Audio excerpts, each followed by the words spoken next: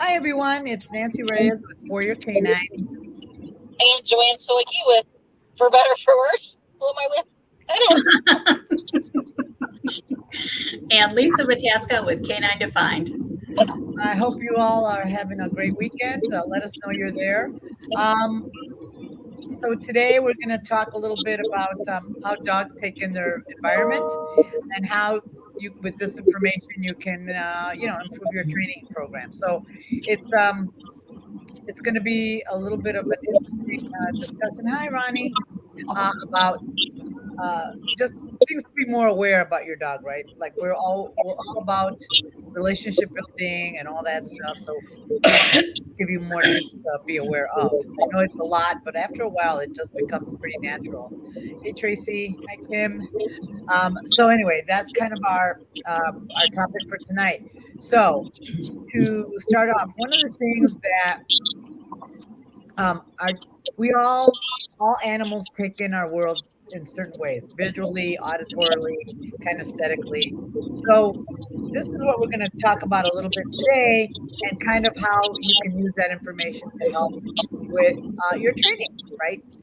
So it's always really helpful to be aware of it. And we see this when we're teaching classes. We see this when we're teaching classes and how the dogs respond to the handlers. And sometimes it's just something that simple, right? So that easy. Like for example, uh, I like to talk a lot. I'm a very chatty person. So if I have a dog that's very auditorily sensitive, that's really aware of everything I say, training is going to be a little more challenging, right? In a way that if I continue to talk a lot or I keep yapping, I'm going to interrupt the training with him, right? He's not going to be able to pay attention, or he's going to pay too much attention and not be able to concentrate on what he's supposed to be doing. So that's one of those things that, uh, or the opposite. If the dog is very auditorily sensitive, you maybe talking to the dog will help him understand and help him connect with you. So it depends on the level of awareness or the level of sensitivity they have um, to the auditory or the visual or whatever. Or like if you have a more visual dog, hand signals might work better, right? So just things like that, something to think about. Uh, Hi, Tim. I'm glad you were able to get on from the beginning. So, anyway, so we're just gonna talk a little bit about that, like how dogs take in the world and what's okay and what's not. Um, and I'll never forget Sue or patience related. Yes. Well, that too, Sue. Anyway, so for example, if you have a dog, let's kind of start with the visual dogs. They tend to be more herding breeds, more working breeds that tend to be more visual, because if that this is where what the dog was bred to do is a little bit more important, and you really want to pay attention. It doesn't mean that they're only visual or only auditory, but one thing may be more dominant than the other. For example, if you have a German Shepherd, chances are, or a Rottweiler or a Doberman, they tend to be more visual dogs. So they notice stuff in the environment pretty quick, pretty easily. So do the herding breeds, because they're supposed to do that for their job and for what they're supposed to be bred to do. That's really important. And so they tend, not always, but they tend to be more visual dogs, right? What other breeds, Lisa? That Joanne, let's see, that can be more visual. I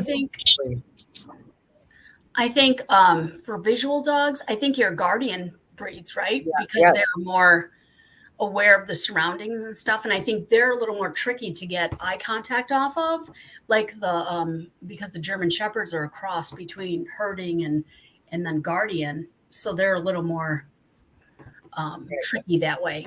And then you have obviously the sight hounds that Tim pointed out, right? So all your sight hounds are very visual as well.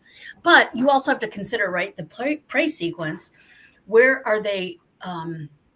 in the prey sequence, where are they actually trying to breed for, depending on what the breed is. So genetics actually does make a huge difference in that regard, right? So Right. with the predatory sequence, you think about, what is it? Orient, eye, stalk. What is it? Chase, grab, Yeah. Bite, etc. yeah, And dissect, right? right. So with that, they always try to figure out, like, depending on what it is, like where they are, depending on what their job is and stuff like that, they'll try to exacerbate. Like for the border collies, for example, they do a lot of stalking, so they over exaggerated the stalking, right? So they're super visual, and then like, what is it? Sticky when it comes to stalking, Right. which is very interesting, not necessarily helpful in training. So Well, and it also depends on how you, right? Because for those dogs, like, so if some of you have ever been training and somebody, you see a class and somebody walks past, what dogs take note of that, right? Usually the shepherds take note of who's passing by, and things like that. They're more aware of it. The Dobermans, some of the sighthounds. Where the sighthounds the guardian breed, the working breeds, they might notice the person passing by, but you might find that for a sighthound, they might notice the dog passing by or some other kind of animal passing by. So it's going to be different. And again, this is more general. There's always dogs on either end of that spectrum, right? That they're maybe not as visual, or maybe they're overly visual. So if you think about when you're training, if you have a dog that might, especially a young dog, that's more visual, it's hard to keep the attention, right? Because they tend to, so anything can get them off their game, if you will, if you're in the middle of training. They'll tend to, um, they'll tend to look away. So then, the question would be like, how would you get their attention back? Depending on what is taking them off their focus, right? You would definitely maybe use a little bit of movement, because dogs that are visual, take a step to the side, take a step back. That might help them kind of take note of you, right? And what you're doing, and bring their attention back to you. So something as simple as that might make a difference for a dog that tends to be more right. More visual, right? I think what's really interesting is that if you've understood who your dog is in terms of, like, are they visual, is auditory, what's their priority, and think initially it's like, what is their concern? So if it's something that concerns them, they're less apt to be responsive to whatever technique you utilize. So, but I also find that, like, I'm going to use a little more motion with my dogs that are more visual, right? Obviously, to get them more engaged with me, to say, hey, paying attention to me is more important than the environment, et cetera, et cetera. So, so about this little pup I have right now. She came into the center, and she was adopted when she was about 8 weeks old. The family thought that, well, the family wanted the dog, but there was a child in the family that was a little sensitive to dogs, so they ended up not. They said after 4 months it didn't work out. Okay, fine, whatever. Bring her there.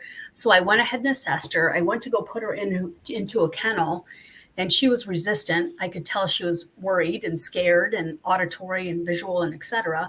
So she went into the kennel, and when she went to the kennel, I went and checked back later after I was doing a few things to see what it looked like. And her head was low, big, huge, wide eyes, staring and growling. And I'm like, yeah, that's not good.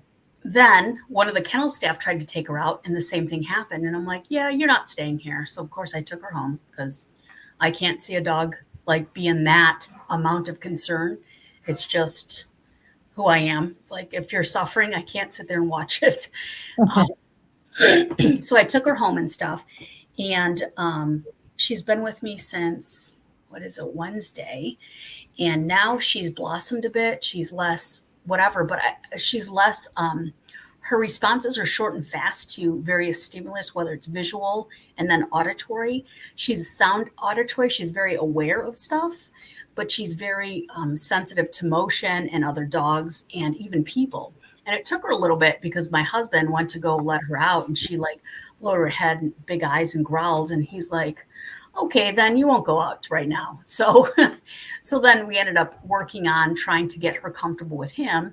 And she was able to recover and be able to handle that. So he just brought steak to her and gave her cookies. And then she was like, fine, I can come out and stuff like that. So, you know, I think it's important. And today there was somebody who came and looked at her, and actually to give her agency or the ability to move about freely is another issue, right? So if your dog is concerned, like I didn't introduce her on leash, but I live in an area where we could be off leash. And so she went and greeted them, and she was so much more happier with them. And, you know, and my husband was like, wow, she's really changed. I'm like, yeah, it doesn't take much, but people have to understand the importance of the ability to make their own choices, right? So if I'm on a leash, I'm more inclined to be restricted and a little less, have a little less ability to make my own choices because I am restricted. And also my other dogs, right? My Dutch Shepherd, I made it a thing to have her nails cut. So what I found is that less is more. She is less apt to be reactive if I'm not physically restraining her. I treat her like a horse to cut her nails, and that seems to work for us. So, you know, I think that's important that people understand that when you're dealing with stuff, it's important for the dogs to have the ability to move away if they so choose to do so. Yeah. So one of the things with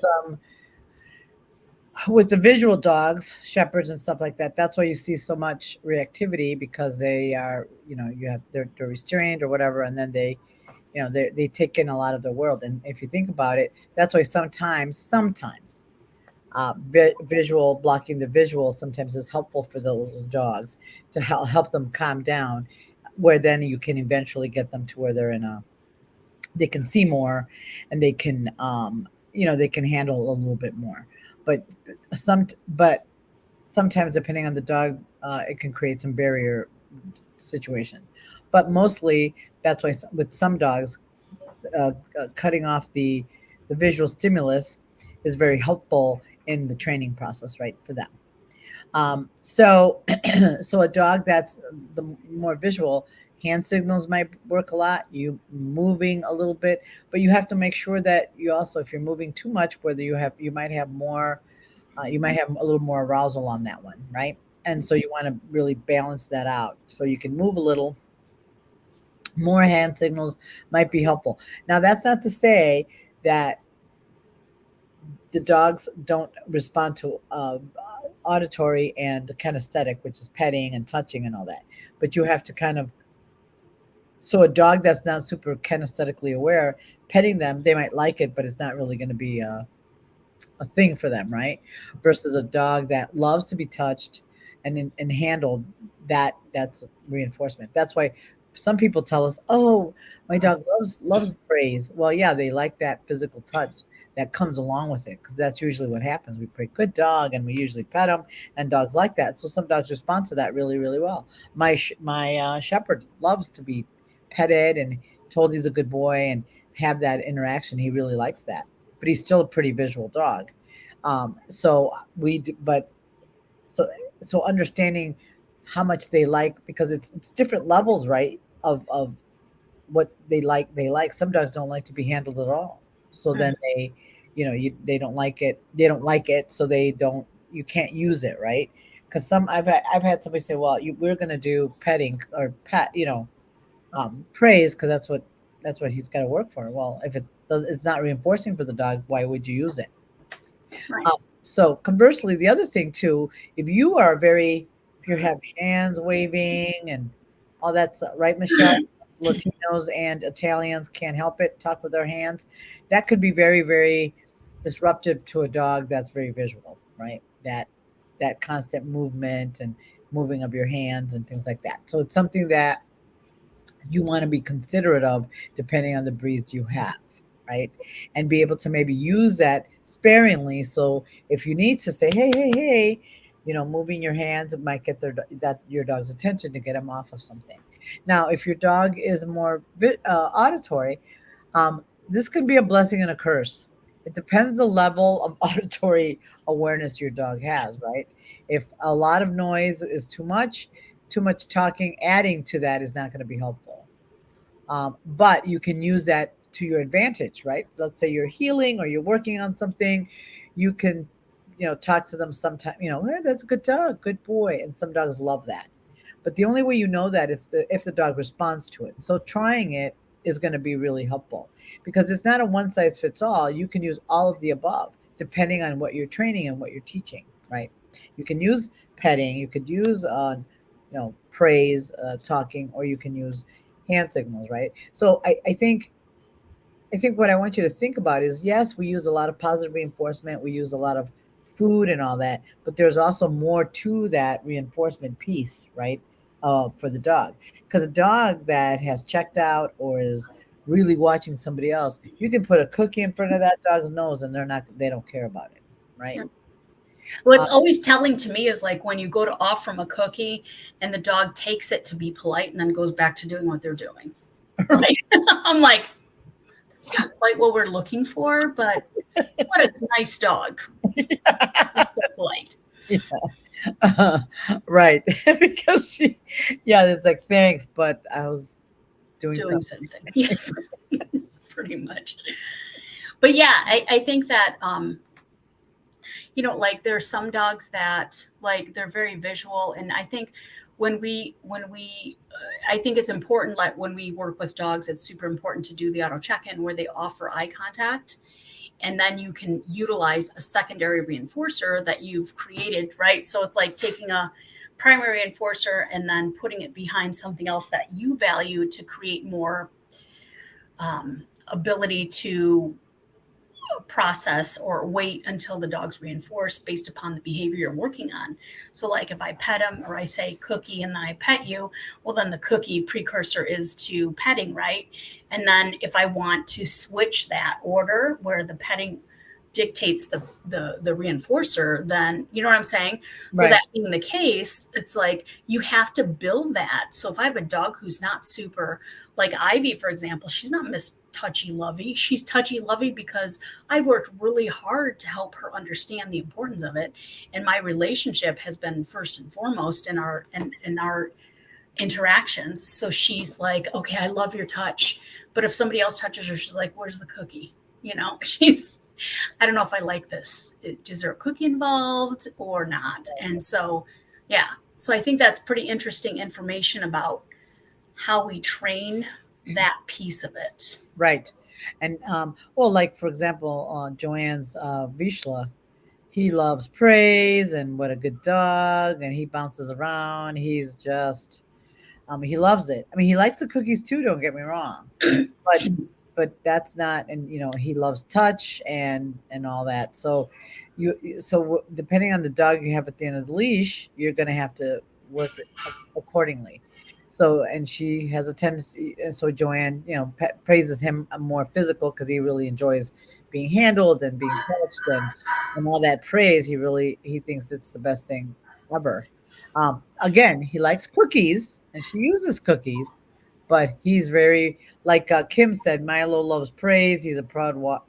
Has a proud walk when he's going back to the car after a search or run. Well, that's Joanne's Noah. He's like, that's right. Especially if Joanne's like, oh, yay, look what a good boy you are. He's like, I know, right? So, but he is so Joanne, would you say Noah's more kinesthetic?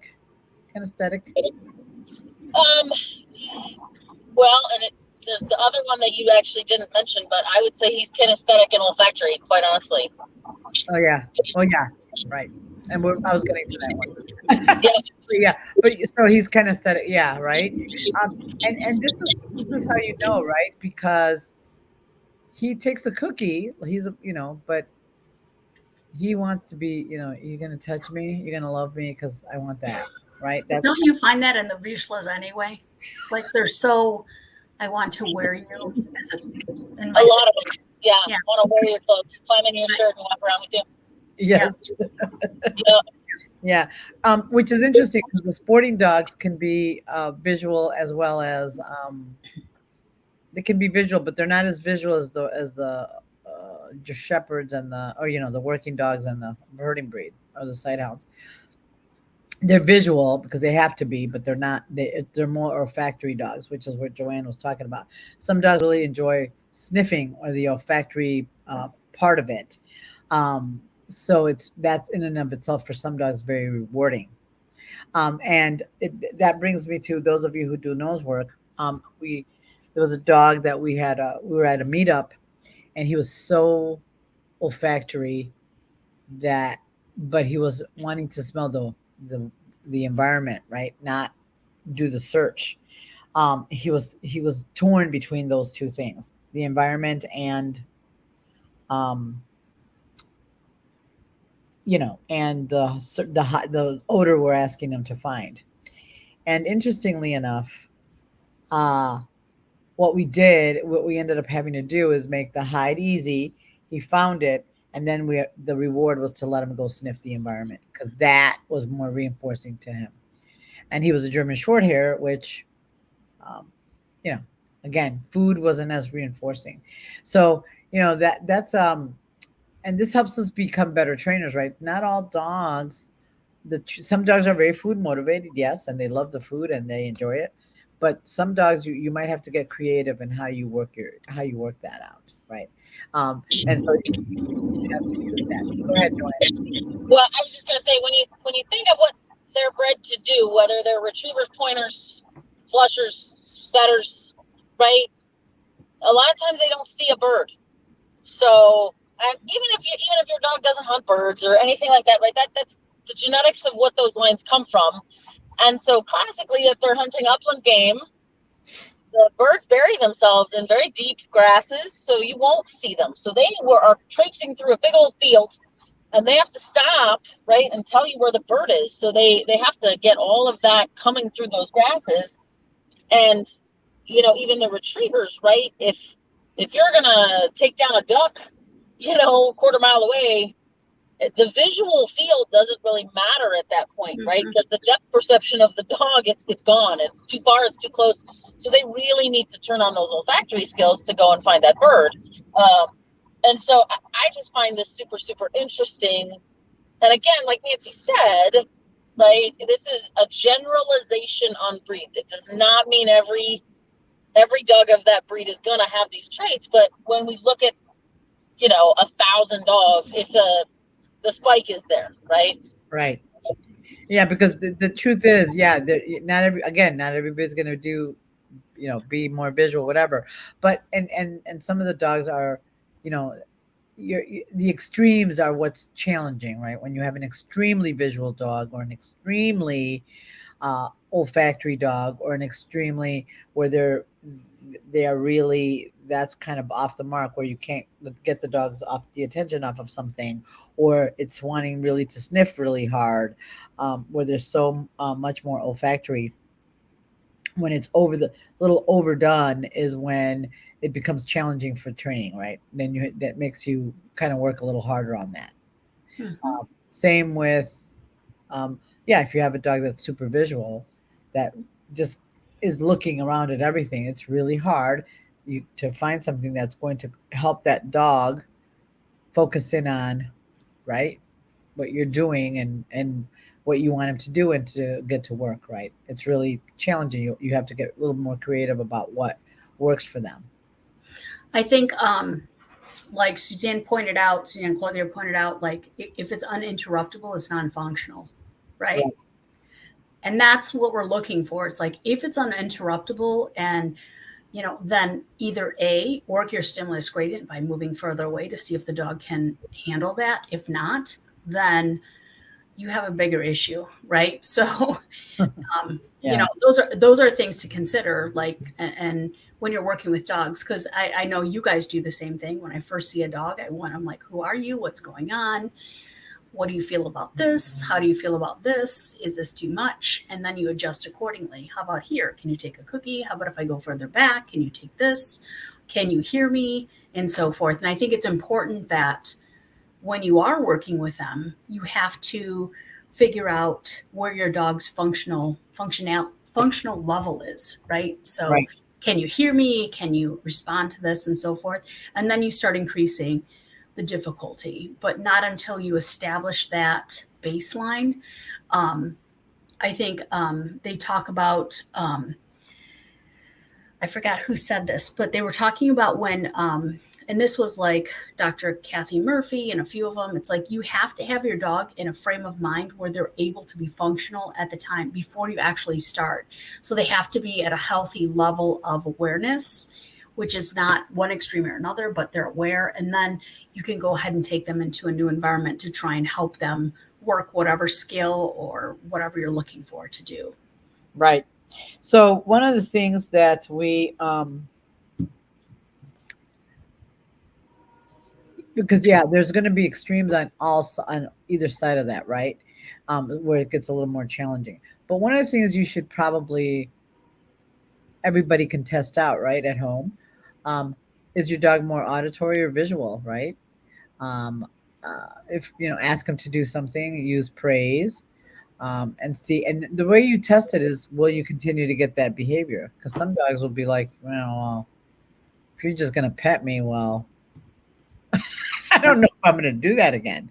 Versus a dog that, if you use a hand signal, are they going to be are they more attentive than they are when you talk to them, right? So those are things you can try and see what your dog tends to lean towards. I mean, some of us already know like which way your dog goes, right? My shepherd is definitely visual and kinesthetic. He loves both of those. So I have to remember to use that more often.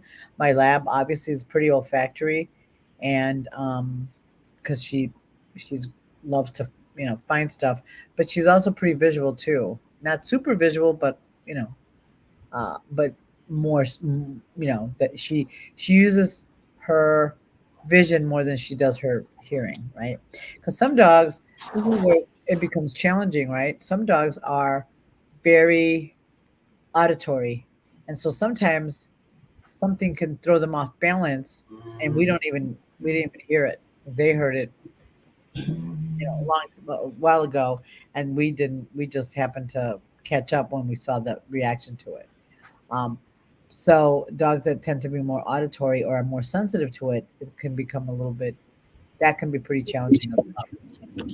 Yeah, I think that's important to talk about, right? Because what we've sort of talked about thus far is like how you can use it if your dog is more, one thing or the other. But gosh, how much of a struggle it is when they have, especially when they have multiples, right? It's like, you guys always hear me talk about the Doberman. Well, I think he's kinesthetic, he's a little bit auditory, and he's visual, right? But that doesn't work well for me, right? So being kinesthetic, he does not enjoy petting unless he's tired, right? Actually, petting him, touching him can increase his arousal. Yes. Makes it worse, right? Where, auditory stuff, I feel like I just have to blah, blah, blah, blah, blah, blah, blah, right? Even though he has some auditory sensitivities, it's almost like the world is too much sometimes, right? Like you have to barrage him with a machine gun of information to get it to sink in sometimes. Yes. And it's a struggle. It's a big struggle. Right, because that is true, right? If your dog tends to be very sensitive to, like Jarvis, yes. Some dogs that are super auditory and can be sensitive to it, right? Because the dogs can be auditory and they could hear it and be like, I don't care, right? It doesn't bother them. But other dogs that are like really attend to it, it's really, really challenging, right? Auditory, because you can't make the sound go away sometimes. You can't, and sometimes you can't get far enough away from the sound. So that's a bigger challenge for, again, and this is if the dog cares, because some dogs can hear all kinds of stuff going on and they're like, I don't care about it so much, right? It's not important to them. So it's tough to think about how sensitive is the dog to it, right? And how sensitive is the dog to the noise, and how does it affect them, and do they recover quickly? That's usually a big question, right? How they recover. So let's say, the other thing, let's talk about if you had an olfactory dog. dog that really likes to sniff, how would you use that in training, right? For an olfactory dog. Um, so so Tracy's on, so I'm gonna tease her for a minute. Jarvis is very olfactory. He's a wire herd pointer. He a wire herd Vizsla, and he loves he lives in his nose and he loves to sniff and he's always and it's very hard to interrupt his behavior. So using what he likes to sniff as a reinforcement is is a possibility, right? It's like, okay, if you do this for me, you can sniff this, right? That would be something to try for that particular dog, right?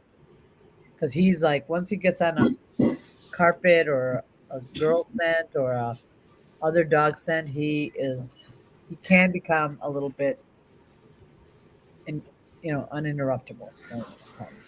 Well, I think it's also important. So, like, my border collie wants to wear the world, right? So, that being the case, it's like, I'm like, do this first and then you can have that. Premac principle, right? So, it goes back to all that stuff. It's like, if you want to do this, then you have to do that. But I also think that in order to do Premac properly, you have to be aware of who your dog is and adjust your relationship or understand what your relationship is with that dog. Because if your dog has the opportunity to rehearse the behavior without you, then that's highly reinforcing. So they don't necessarily need you. So I call that more independent. So for me, I want that independence part to be a little more I'm involved, right? So then you can control some of that stuff or help them understand they can gain access provided they do the certain behaviors that you're requiring of them or asking of them. Right. So I'm just trying to look for a video because again, an auditory dog looks like if there's a noise somewhere, they're going to orient to it. So what you want to know is if they orient to it, how easy is it to interrupt him, to get his attention back? That's a question you have to ask, right? Is that noise scary that you can't come off of it, or is it just, oh, okay, I noticed it, they can move on. Right. So Lauren asked, can dogs be on the spectrum like people? I want to say yeah. We don't have any scientific proof because there's not enough studies on that. But I think just like some people can be kind of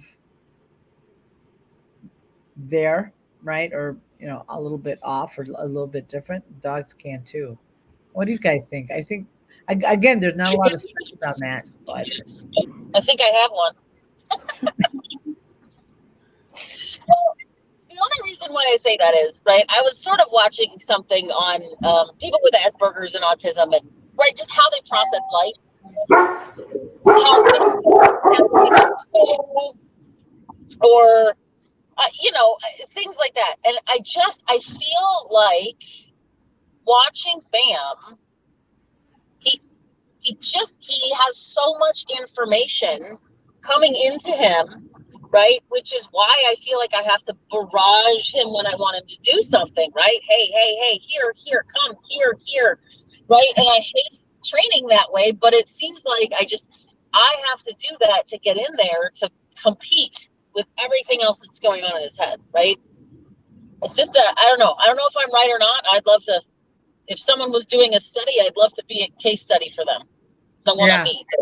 Yeah. Well, Morgan says it was a friend that was at the University of Georgia, and their head of behavior said there's a gene for autism in dogs. Well, because I think there's a lot physiologically we're very similar to dogs, so I feel like if it can be in dogs, it can also be in people, it can also be in dogs. It's just very difficult to diagnose that, right? How do you, because let's face it, sometimes it's like, oh, my dog has that. Some people very gravitate to that kind of thing, and unfortunately, but yeah, I do. I think to a certain extent that it exists, and some of the dogs, I have seen some dogs that something was not right about them. You kind of had that sense about them. Something wasn't quite normal, quite right, and it's hard to put your finger on it. So I think, yeah, I do think that it exists, or they're having such a lot of difficulty focusing or learning or things like that, right? Because a lot of people say, "Oh, it's a dumb dog." No, it's probably just like some people are have difficulty learning. I think dogs do too in some cases, right? That doesn't mean they can't learn. They just maybe take longer. And one of the things that we, as trainers, it's like in six, the models we have for training, 6 weeks is nothing. Dogs have to be learning all the time. It is, some people, and we have that mentality, right? You come in for 6 weeks and your dog's trained. Well, doesn't happen that way. And it's a lifelong process, right? To educate, just like you wouldn't just take your kid to kindergarten and say, okay, that's all you need, kindergarten, and then we're gonna you're gonna go out into the world and make a living, right? It's a education. Same with dogs, right? It's a I, process.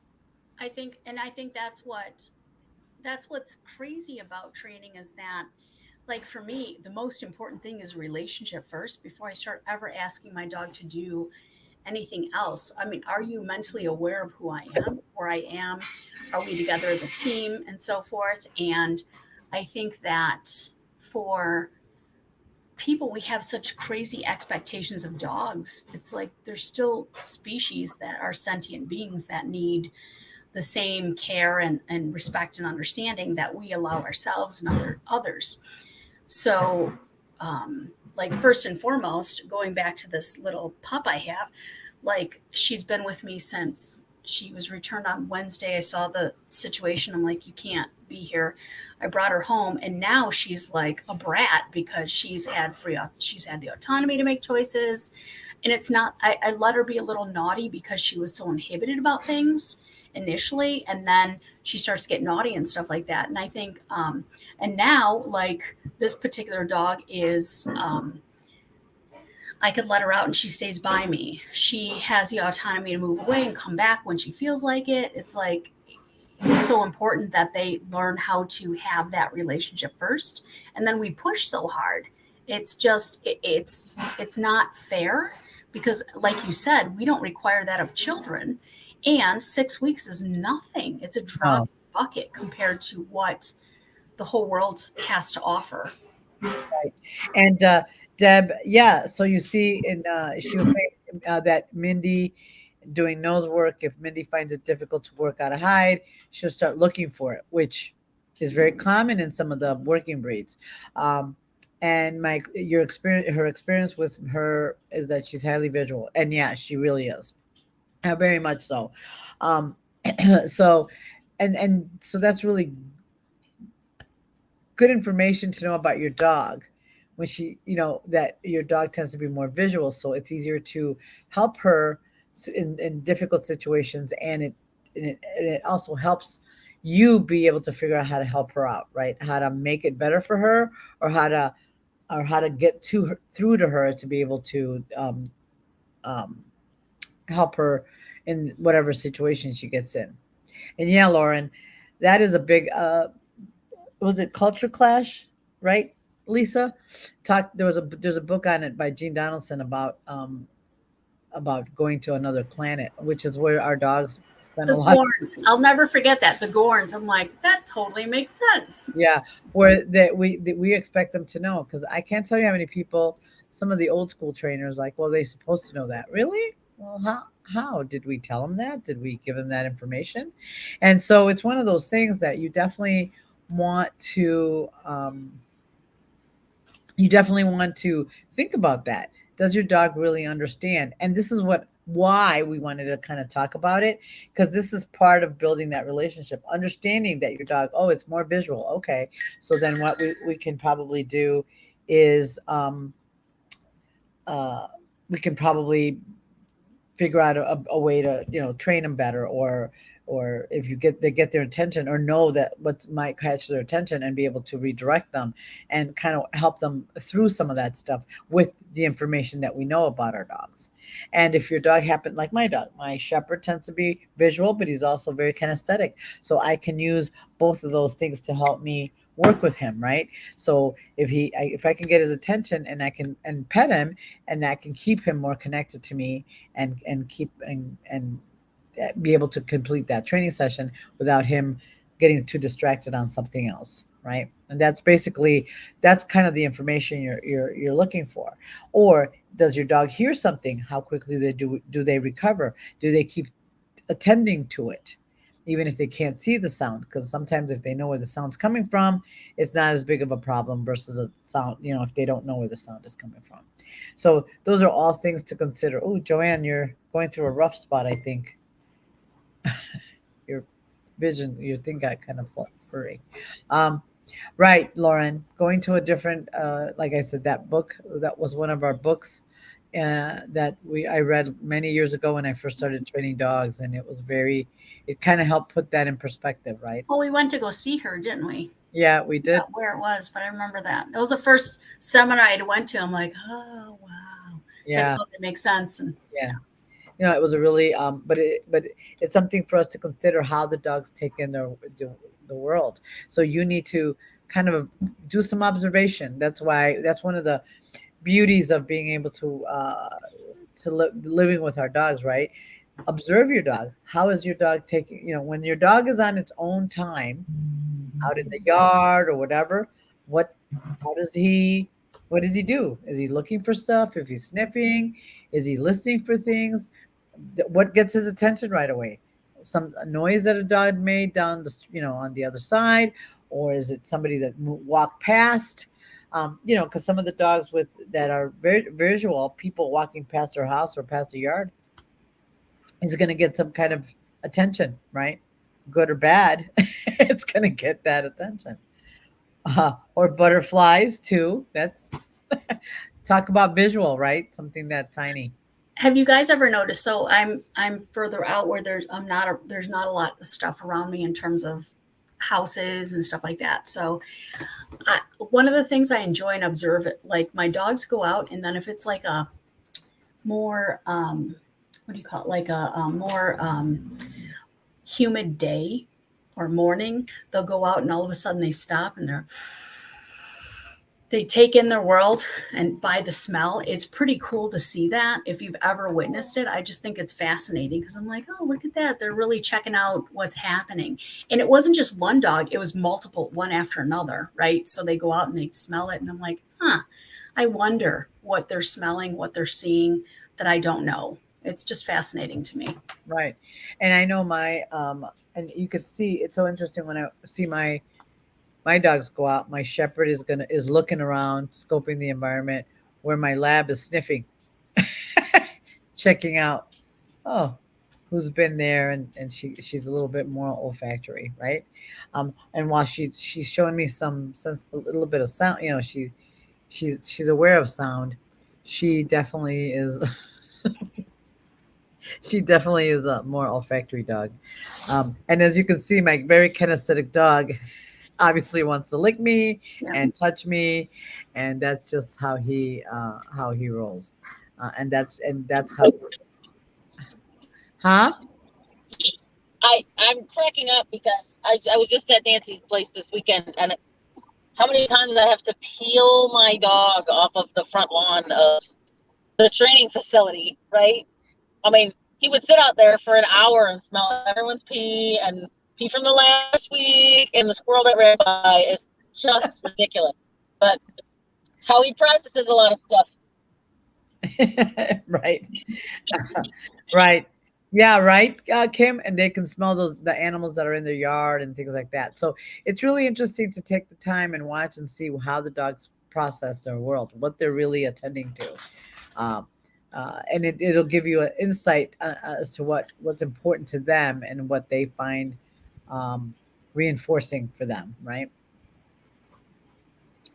Yeah, and so yes, dogs that are really sniffy. So yeah, let your kind of next time your dog's out or your dog's out on a walk or whatever. Like Deb, I know she lives in the city, but you could tell Mindy's very visual, and I think because of the busy environment, she's a little more hyper vigilant than Debbie would like. But that's just the world she lives in, right? she lives in Chicago in the city. It's busy, lots of activity, lots of dogs, lots of stuff, right? Um, so, but being able to use that those skills, right? So the other thing is, for those dogs that may be auditory, not off the charts, using a squeaky toy might be a great, reinforcer. Um, and things like that. So being able to incorporate some of those training methodologies could be helpful. Maybe, maybe not. Could maybe be much more distracting or not. We don't know. So it's something to consider when you're working your dog, and that's why for dogs that tend to be so. Joanne, this is an interesting observation. Do you find that dogs that tend to be more olfactory are more food? Yes, and I was gonna say that, before my screen went black 700 times. But because think about this, right? How many of you guys? And I always say it's like labs, but it's not always, right? But I find the sporting breeds, when we hear stories, are like, yeah, the dog wouldn't leave the refrigerator alone for like 2 days, and I finally had to pull the fridge out, and there was one piece of kibble, right? And I just feel like a lot of those stories, not all of them, but so many of those stories are, sporting dogs, retrievers, pointers, that sort of thing. Don't you, when you think about it, don't you think most of those stories are Yes. hunting? Well, I myself had to do that with my beagle. My husband, I said, be careful dropping food because, if you drop it under the fridge, it's going to be a problem. Well, he doesn't listen. So, sure enough, that kibble rolled under that fridge. And guess what he had to do? He had to go in there and pull the fridge out and get that piece of kibble out because that dog was not going to let that go. And she goes like, I need that cookie. So, yes, I find that dogs that tend to be, and I'm sure that's not true of all, but I find that dogs that tend to be more factory tend to be not always, but have a more tendency to be more food motivated. Again, we could, it's just not general. It's not all breeds and all dogs of the same breed, but I just tend to find that there's a little bit of a correlation there with dogs that are more olfactory, and food is a big hit usually for them. They tend to be more foodie that way, and they can find food and they're looking for food. And you think about it, what are they bred to do, right? Always going back to that. Yeah, right, Tracy. It's like, yeah, Bailey, my husband had to pull that fridge out and get that piece of kibble out because it wasn't gonna stop. It was just not. Same with my. You could have got a new floor out of it. Yeah, right. Yeah, no, I'm good. Yeah. And maturity. Yeah, Sue. You, Mr. Young adolescent boy. So she's got a young male shepherd that's very visual. So everything that's visual. However, he does come off of it things pretty quickly. So he's pretty good like that. So it's not as big of an issue because he'll notice it, but he'll be able to reconnect with her pretty easily. Well, I think what you're talking about is the persistence issue, right? So I remember Fling, like she would walk into a room, she'd smell, she's like, I'll be right back. And she'd go do her thing, find the cookie, and then come back and say, okay, what are we doing now? So it was a little bit. She was the exception, right? She was a mini Aussie, and she was much more olfactory than she was.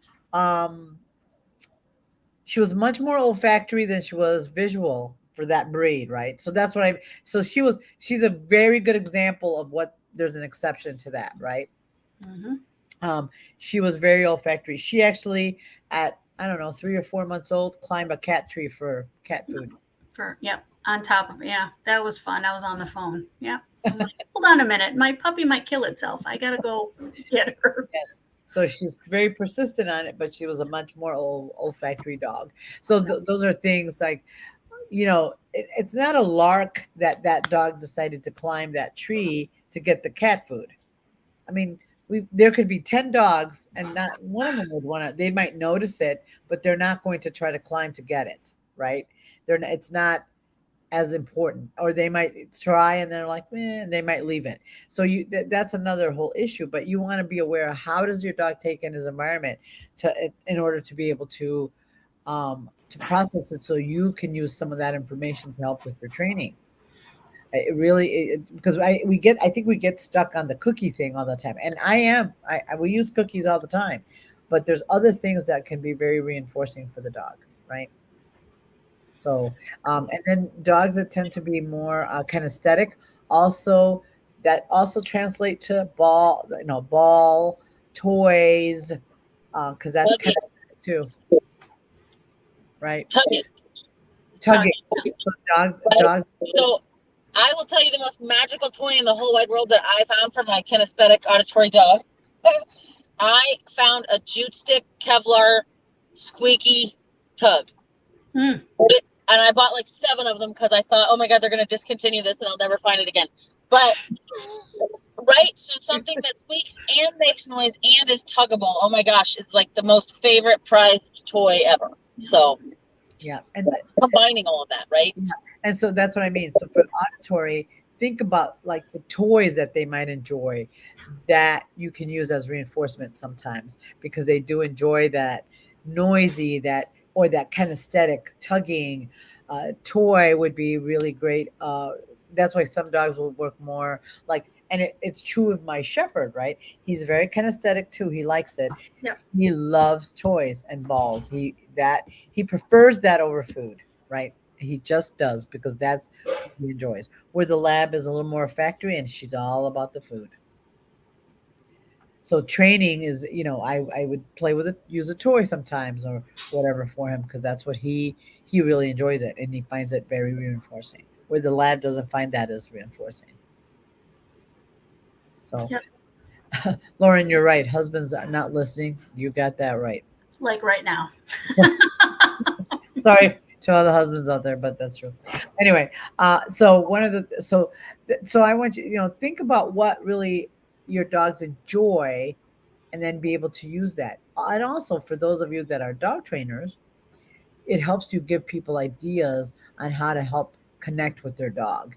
Because, when you're talking to somebody about how to connect with that puppy, or that, knowing how the dog takes in the world is really helpful, because it gives you some ideas like, okay, we can use this and this and this, instead of always the go-to is always food.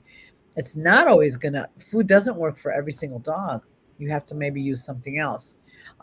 Real life rewards. So you want to think about how your dog works, and then that will give you some insight on how to make that better. And so I have a question before we sign off, so you guys have time to answer it, because this was a conversation we were having. I don't remember if it was a week or 2 ago, where we were all chatting. Do you guys have interest in like doing kind of a not necessarily a case study, but right, looking at a video with us and seeing what the dog trainer sees, and seeing what some of these things and how we know what they are? Would that be a future Facebook topic that would interest you guys? Right. Or if we can provide the video, but more interestingly, if you would provide us video, and we would then tell you what we see, so that would you could put us on the hot seat there and be able to do some of that. If you guys would enjoy that, we can, like I said, we can come up with the video. That's easy. But if you had something that would be of interest, that you'd like, oh, let's check this out. What do you think of this dog? Or a behavior? So yeah, that would be okay. So we're getting a lot of yeses there, Joanne. So that might be something we'll definitely put out. If you have something interesting, send it to my email. You can upload it to YouTube, and upload it to YouTube and send me the link, and I'll look at the video, and then we can talk about it. Or if it's more than one video, feel free to do that too, and then we can take a look and see what we can what we see, if the dog's auditory or things like that. I know Lisa has tons of video, as do I, but we don't. But it's also nice to, it's also, I think, put us like, let's see what we see and what you thought and maybe what you think isn't what, and it's not a right or wrong, it's just having different eyes. We Joanne, Lisa, and I collaborate quite a lot on cases, and we send each other videos because sometimes it's important to have another set of eyes on things. We might be too close to that project, and we need some, we need some other opinions, other things. So really, so that's why so it's good for us to look at other things, and we all might have different a different take on it, right? Same dog, same video, but we all might have we might see something that the others don't see, right? So it's always a nice thing. And so definitely do that, and then we can set that up for the next time. And the other those of you guys have given us a lot of topics, but if there's other things again that you want to learn about or listen about or whatever, we could do it. Because I know the video, we just have been a little bit stretched this last few months about. So we definitely want to go back to doing more video reviews and things like that. So we definitely want to continue that. But anyway, we're hoping that what you get from this talk tonight is really take a time and observe your dog and see how he takes in his world and really, really go into his world. It's going to make quite a difference in how you train and work together. And those of you who do sports, it's going to really, it's a game changer on working with your dog and what tools to use and things that you can do as you go on in your journey, right? Yeah. All right, guys. Thank you all for tuning in, and we'll see you next week. Bye now.